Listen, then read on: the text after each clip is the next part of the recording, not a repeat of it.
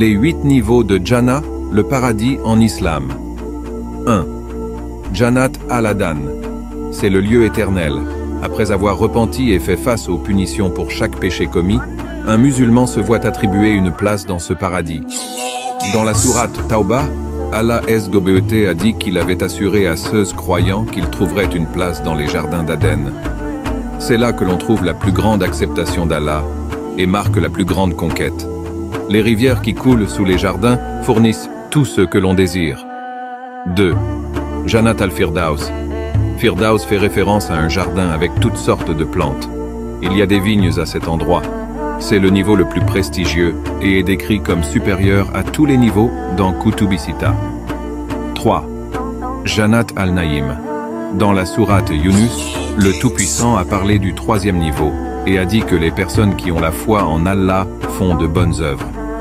Leur conviction les a conduits à rester bons tout au long de leur vie et les a amenés à ce niveau.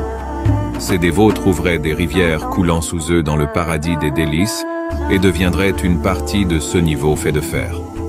2. Jannat ul-Mawa. Le 4e niveau est un lieu de repos en laiton pour les dévots et les martyrs. Mawa est défini comme un endroit où les gens se réfugient. Il a des maisons et des habitations. La sourate An-Najm parle de ce niveau et l'appelle le jardin d'adobe pour les réfugiés. Il se trouve à côté d'un arbre lot qui se dresse à la périphérie du paradis. 5. Dar ul-Kur. Ce niveau est le jardin de l'immortalité où l'on devient éternel ou immortel. Ici, on dure éternellement. Le niveau est promis à ceux qui suivent leur chemin avec la plus grande dévotion sans dévier de leur voie.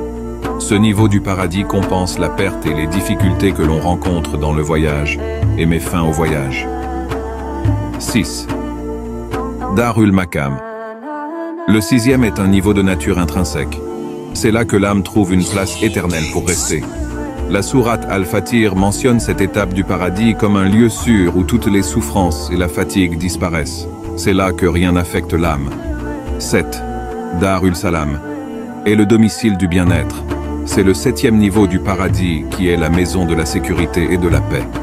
Dans la sourate Al-Yunus, le Tout-Puissant rappelle les personnes qu'il avait voulu faire marcher dans le droit chemin.